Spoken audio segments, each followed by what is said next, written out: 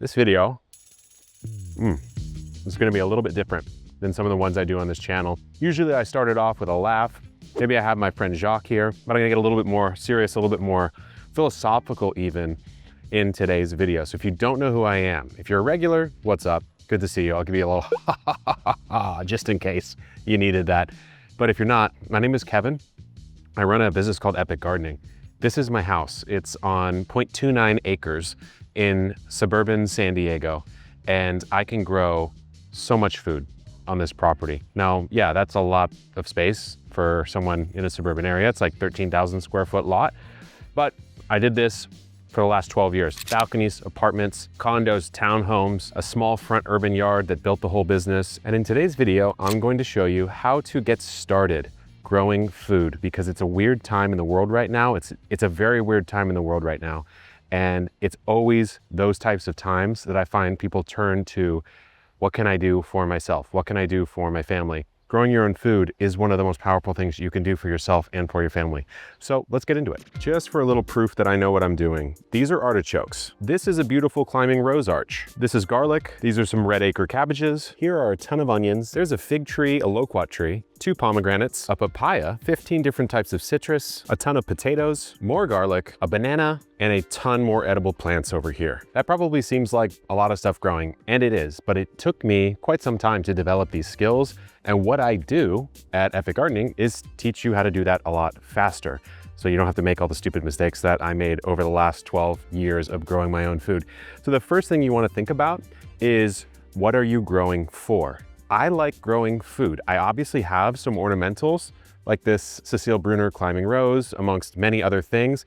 I would say if you want to focus on growing food at the start. There's advanced strategies that combine planting ornamentals and food, but at the start, just get started with something basic. And basic doesn't have to mean easy to grow, though it could. For example, we've got some lettuce right here. That's not going to feed your family, but it is going to make a couple nice salads a week. And you can plant this on autopilot every single week and just continue to get more and more lettuce. Then you've got stuff like your root crops. Again, not very calorie dense, but easy to grow and gets you some confidence. A big mistake I made starting out was growing stuff that I didn't like to eat, even though it was easy to grow. So some of the stuff I just mentioned, the turnips, the radishes, the lettuce, if you or your family don't actually eat those that much, even though they're easy, I probably would avoid them. Let's say you actually love peppers or beans way more than some of those crops I mentioned. Go ahead and give those ones a shot, even though they're a little more challenging. Let's talk now about space. Most people in urban environments grow in something called a raised bed. That's what this guy is right here. These are some that we actually offer on our store if you're interested, but any container will do. I like the tall ones because I'm tall and I want to be able to just reach in and work in the bed very easily. Now, front yard is fine. If you're dealing with an HOA, you might have some issues, but that's going to be something you have to figure out on your own. Now, while your containers are important, the positioning of your containers in your garden is even more important. What I mean by that is, if you're in the Northern Hemisphere, which most of you watching will be, you'll want to have your garden facing the south if possible. Reason why is because the sun rises in the east, which is roughly that way for me, and it sets in the west, which is right over there. You can see the sun hitting my beautiful cheek. What that means is that if you have a south-facing garden, as in there is nothing blocking this direction, which is south, then you're going to get full sun exposure over the course of this entire space. Now, not all plants like full sun, which would be 8+ hours of sun a day, but the plants that need it do need it. So if you can get full sun access, that's what you should go for. And if things need less sun, there's some planting and shade strategies you can do to give them that. By the way, I am organizing this in order of mistakes that I made when I was starting. So if you avoid a lot of the things that I'm saying, basically you just do what I say and you don't do the opposite of what I say, you should be in a really good spot to have a great first season. The next place you could go wrong is what you're actually planting your garden in, meaning the soil. A lot of beginners will call it dirt, and that's understandable because that's kind of how we grew up and that's what we think of it as. But this is actually soil because it's full of living matter. If I was to dig down in here and I maybe had a shovel or something, I would see some worms, I'd see all sorts of bacteria, fungi, microbes of all kinds in here. And you want that if you can get it. When I first started gardening at my old place, I had just raised beds, the ones that I showed you in the front yard, and I bought some random crappy soil, filled it up, and it was basically dirt. There wasn't a lot of living material in there, not a lot of what's called organic matter. All the stuff, including my beautiful face, but all the stuff on the ground is organic matter. And eventually it breaks down into very fine particles through the help of that life in the soil so that it can be taken up by plants' roots. And that's what they're using, along with water, oxygen, and sunlight, to create the growth that you see in this garden right here. So when you're growing in containers or raised beds, it's a good idea to buy the highest quality soil that you can find. Now I'll show you some of this stuff right here because it doesn't look like the soil that was in the ground that I showed you. There's a lot of different particles in here. We've got some wood, we have some compost or organic matter. There looks like to be some shredded coconut husks. We've got this white stuff that's called perlite. Soil basically wants to do three different things. One, it wants to feed plants. You need to give it something so that the guys can grow. And then it also wants to aerate. It wants to drain and hold oxygen as well as water. So that's what little guys like this is perlite, kind of fluffs up the soil mix. Then it wants to hold on to water. So kind of counterintuitive. That's what stuff like peat moss or this coconut coir kind of husk stuff right here will do. It will hold on to water. If there's one golden rule of starting your first vegetable garden, to me, it is spend as much money as you can possibly afford on the best soil you can possibly afford. What that means is if you have some raised beds, you're gonna have to fill them up with something, ideally high quality soil. So the way to do it, past maybe 3 or 4 raised beds, you can just go to the nursery and buy high quality potting mix or raised bed mix at that point. But if you get more than that, what you'll want to do is look in your local area for bulk soil delivery and call around and ask for a good raised bed mix and see what's in that mix. You're often going to want something called topsoil, which is just sort of the native soil that's in your region, mixed in with some organic matter as well as some other amendments. What they'll do is they will come up with a big truck right about there and they'll dump a pile of soil where this car is right here, and then you'll spend some time shoveling that soil into these types of beds. So now you might be asking, well, what about those tall beds? Wouldn't that just be a lot of soil and maybe the plant's roots don't go that deep? And that's a great question. And the easiest way to save money on that is to get logs or even firewood and put that in the bottom 50% of those beds. Anything over about 15 inches, you can start to layer some larger organic matter or carbon sources like the logs I mentioned in the bottom of those beds. And that's basically just organic fill material, so you don't have to spend so much money on the soil. But if you're looking to start growing your own food even cheaper, then of course not buying a bed and growing straight in ground is the way, but what do you do to the soil? So you're gonna have one of 3 different types of soil. You're gonna have sandy soil, you're gonna have clay soil, or silty soil. I have a bit of clay soil. Now this has been long improved, but clay soil will have some of the smallest particles in the most abundance. Sandy soil will have larger particles, and silty is kind of a little bit of a blend. When I first started gardening back here, this was mostly weeds and the soil was very light brown, kind of that clay color. And that's what told me, number one, that it was clay soil because it was very fine and light brown, but also it was basically comprised of too many of one type of particle. What you're really looking for, it's called a loamy style soil. Now, based on where you are, if you're here in California, maybe a little more clay. If you're in Florida, it's a little bit sandier. You can't just magically snap your fingers and make the soil exactly what you want. So you have to do what's called amending the soil. And the way that I did it here, because like I said, this was very hard clay soil when I first moved in, is I took something called a rototiller, which basically breaks up the land and mixes in whatever else you want to mix into it. So I mixed in a healthy dose of compost, which is broken down organic matter. In fact, I've got a couple compost bins right here that you can see. I make my own compost now on my property. But at the start, I had to buy in some extra compost because I wanted to grow a lot, right? And you don't have to do this, right? You can grow straight in the ground and just see what happens in your first season and then react and respond accordingly. But if you are gonna try to make a big stab at this and grow epic and grow as much as you can for your family, then I do recommend renting a rototiller, putting some compost down and tilling that into the soil at least 6 to 12 inches deep in your first year. I would not do it after that. The reason why is because I mentioned soil versus dirt. Soil is a living entity, right? It's comprised of basically an entire ecosystem of different organisms that are interplaying with one another to help produce the plants that you are going to eat. So if you come through and rototill or break up that soil every single year, you're going to be breaking up and sort of disassociating all these different networks of organisms that are at play. The first year, though, on many properties in suburban lots, there's just not that much going on there, right? It's probably weed filled, which means that the weeds are kind of adapted to that crappy soil. So you want to weed it out, break it up, add in some compost, build some beds, and plant it out. And when I say beds in an in-ground garden, what I mean are dedicated areas that are slightly built up. So you can see, I've got my wood chips right here. This is my pathway. And then right about here, it comes over and it starts to be a little bit more sparse because this is my bed. This bed is about 30 inches across.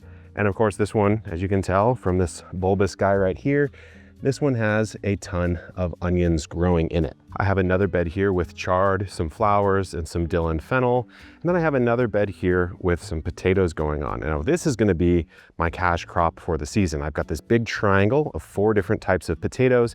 You can tell they're growing pretty well right now, look nice and healthy. You can even see some potato flowers, which tells me that I do have some potatoes down below, and I will be in a good spot pretty soon to harvest those. But again, you can tell this bed is just slightly raised up. I've put some extra compost on top.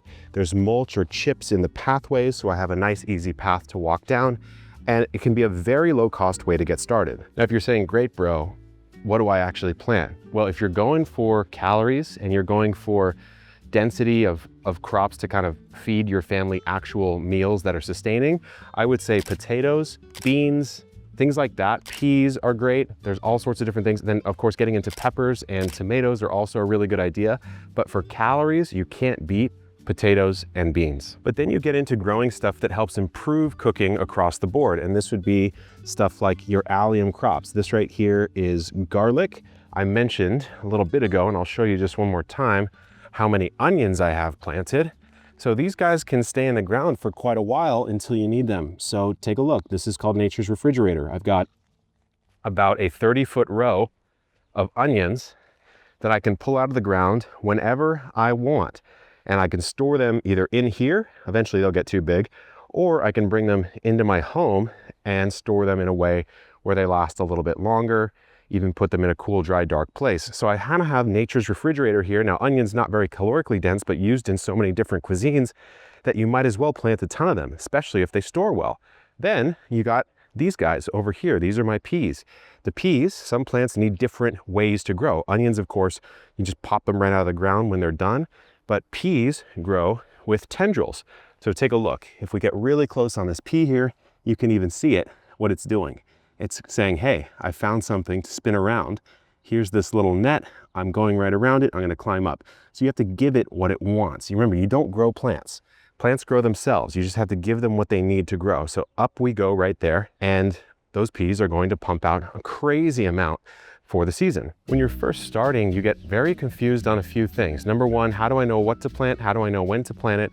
And also, should I start it from seeds, or should I go to the nursery and buy what are called starts or seedlings? And to answer all those questions, it's a little bit complex. And this is why I think a lot of people get discouraged when they start trying to grow their own food. Because, we're talking about the living natural world. We're talking about cultivating crops that, potatoes didn't evolve here in San Diego. They evolved down in Peru. And so I'm growing them in an environment where they didn't naturally want to be. So you do have to understand plants on a plant-by-plant basis, but some guidelines, some good rules of thumb. Plants, by and large, don't like to grow when it's too cold for them to grow and they don't get enough sunlight in order to photosynthesize to produce the energy that they need to sustain all those processes that help them grow, right? And so what that means is you need to grow within your season. But what is your season? The way to know this is to think about, when does it get so cold that even you really don't want to go outside? That would be called your first frost date. That's the time when it starts to get a little frosty out, temperatures start to drop, maybe it starts to freeze a bit. Most plants don't want to be around. They're not looking to produce, they're not looking to grow around that time that first frost date sets in. They want to start growing when the last frost date sets in, the last time in the year that temperatures get that low. So the way to think about this is your season is gated by your last frost date, that's kind of when it begins, and then your first frost date, that's kind of when it ends. And so the way to figure that out, the easiest possible way is to just type in your zip code, if you live in America, and type in frost date, and it will tell you your season. Once you have your season, you've got to select your plants. And this is, again, where people get confused. Let's say you already know, because you just followed the advice I gave you, that your season starts on April 1st and it ends on October 1st. Okay, you've got quite a bit of time to start growing, but what do you start at what time? This is where thinking about plants in two different categories can help you. First, you have the plants that prefer cooler weather and maybe a little bit less sunlight, milder temperatures.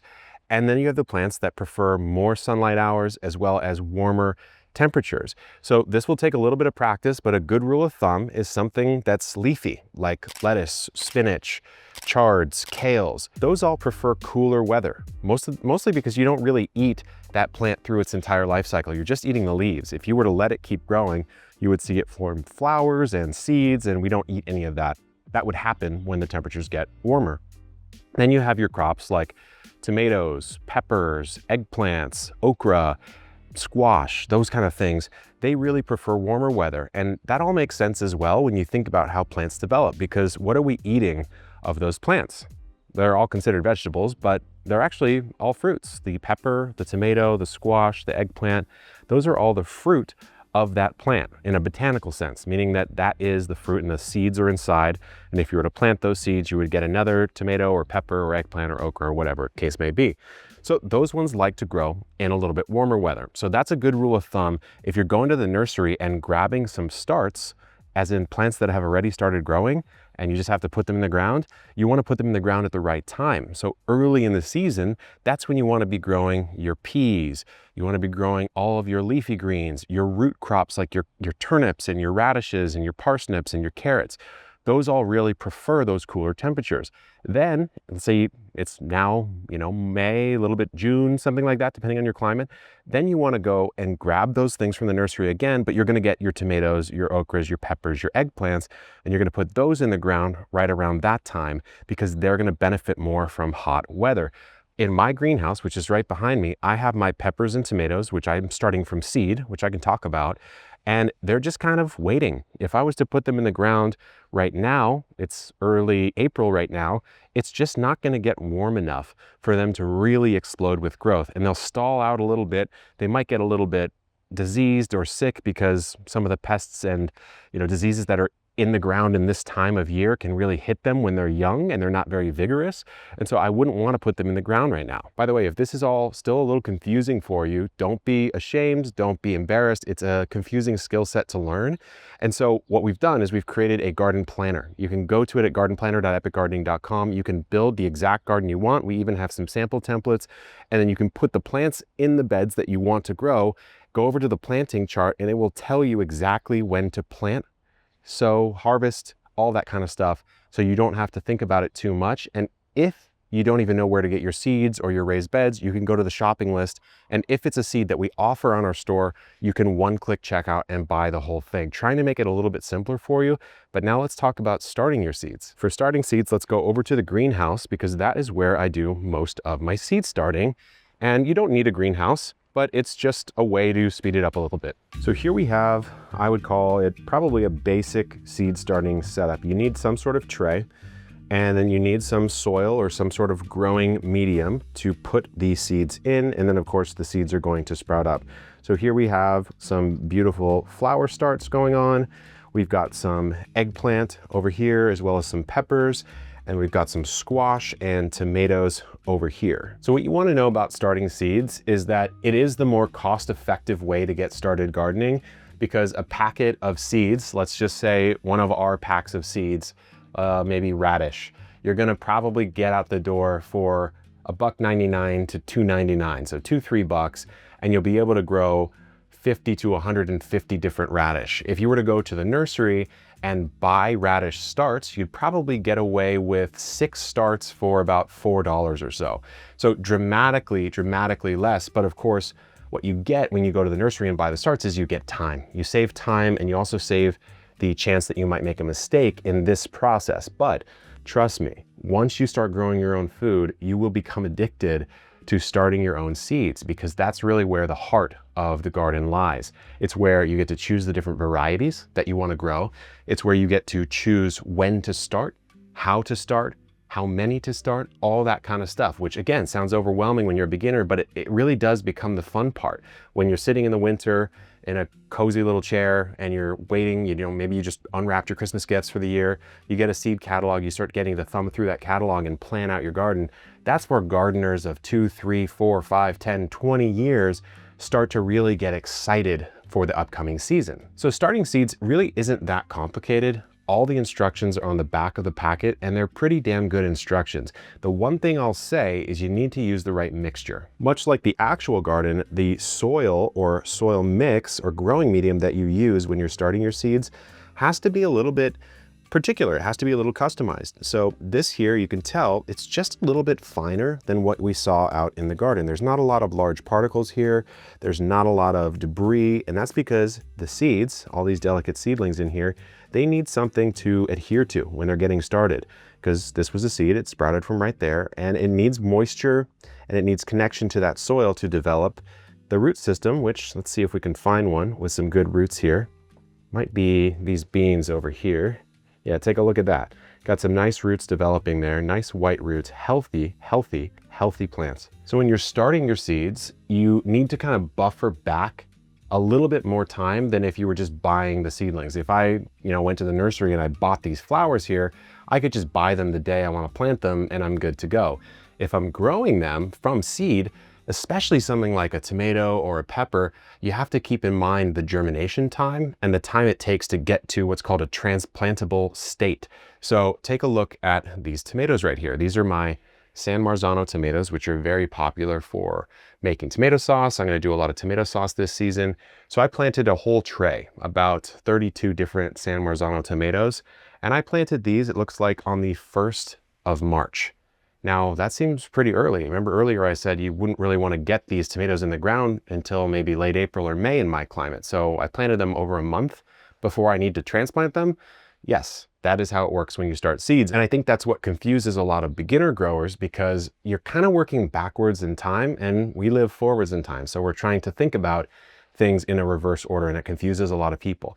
So let's take your tomatoes. It's going to take about 10 days to sprout. And then from there to get to a transplantable state, which would be, I would say, 2 or 3 sets of what are called true leaves. Look at these little guys down here. These are called seed leaves. They don't look the same as the leaves up here. And then I have 1, 2, 3 sets on each of these of what are called the true leaves, or the tomato looking leaves. That's a transplantable state. And it's early April now, so it's taken about a month to get those to a state where I could transplant them. So let's just say, for sake of example, that I wanted to get these in the ground on May 1st. And I know it takes about 4 to 6 weeks to get them to the point where I can plant them. Well, that means that I need to go backwards in time from May 1st. 4 weeks prior to that would be April 1st. And if I wanted to be safe, I could go to March 15th. That gives me a little bit more time to age these up, or maybe I lose one and I have to start over again. So when you're doing seed starting, it's more fun. It is more customizable. You can grow varieties that you would never be able to buy at a nursery, but there's a little bit more planning and of course some gear that you might want. So I'm a little biased, but we did design an entire seed starting tray line. And the way that line works is it starts with what's called a bottom tray. This is a 10 by 20 inch tray. You'll see these at nurseries, but they're just far less durable than the ones we offer. And what I mean by that is you could actually hold this straight out with one hand if I'm strong enough. And look at that, it's not gonna bend at all. These are designed to last many, many, many seasons. So you've got your bottom tray, and then our most classic is gonna be this Epic 6L tray. So it's gonna be 6 growing sites. You can put 12 of them in one of the 1020 trays right here. So you can have 72 different growing sites. So if you're a beginner, you might only just need 1 tray and 12 of these 6Ls and a light source, and you're good to go. You might, like, this might be the tray for your entire garden right here. Obviously, I'm growing a lot more on my property, so I need a lot more of these trays. We also have these 4-cell trays for growing bigger stuff like tomatoes, and even something called a 5-inch pot and a 3-inch pot. Actually, that's not that. This would be that for growing even larger stuff. So this is just a single plant in one pot. They all fit interchangeably in the exact same tray system. So these all have a certain amount that fit in the 10-20 tray, including something like our 16 cell for starting a lot of flowers. I like to use the 16s because I like to start a lot of flowers. I can plant a lot more flowers in my garden than, let's say, tomatoes. So this is like, you know, quite a few flowers, about 64 different flower plants right here in the same tray that has 72 bean, right? So I could have 128 flowers in the 16 cells in the 10-20 tray, or 72 over here, or of course 32 if I'm using the 4 cells. Now, I really don't actually care what trays you use, but these are our trays. They're recycled plastic, made in the USA, BPA free, and they're designed to last a lifetime. And you don't even really have to start seeds if you don't want. Like I said, you can just go to the nursery and buy starts for a very modest garden, maybe a couple containers or a raised bed. Getting started growing your own food is simple and it's complex. You can take all the information that I just gave you and go crazy with it, or you can just grab some stuff at the nursery, throw it in the ground and see what happens this season. But I encourage you to do it because there's so much going wrong in the world today. And when I say wrong, it's not really a value judgment like I think it's bad or anything. Everything in moderation seems to be fine. But we're not really trending towards a world where moderation is what's happening. We are consuming tons of content. We're consuming all sorts of content that isn't really great for our brains. And if it's not great for our brains, it's not great for our perception of the world, which means it will color how we see everything in the world and probably lead us to be less happy and fulfilled while purporting to make us more happy and fulfilled. The problem is all the incentives of all these different platforms and entities are to make us worse off in a way. And it's not the direct intent. I really don't believe that. Obviously, I'm here talking to you on YouTube right now, which is, you might say, one of the platforms that wants to do that in a sense, but it really depends on what you choose to consume and how you choose to use it.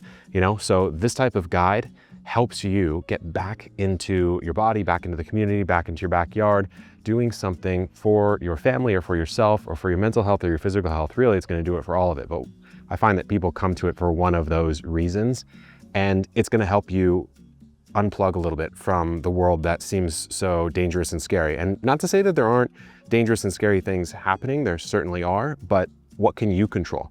What can you actually do in your own life about it versus, you know, posting a bunch of stuff and yelling and this and that?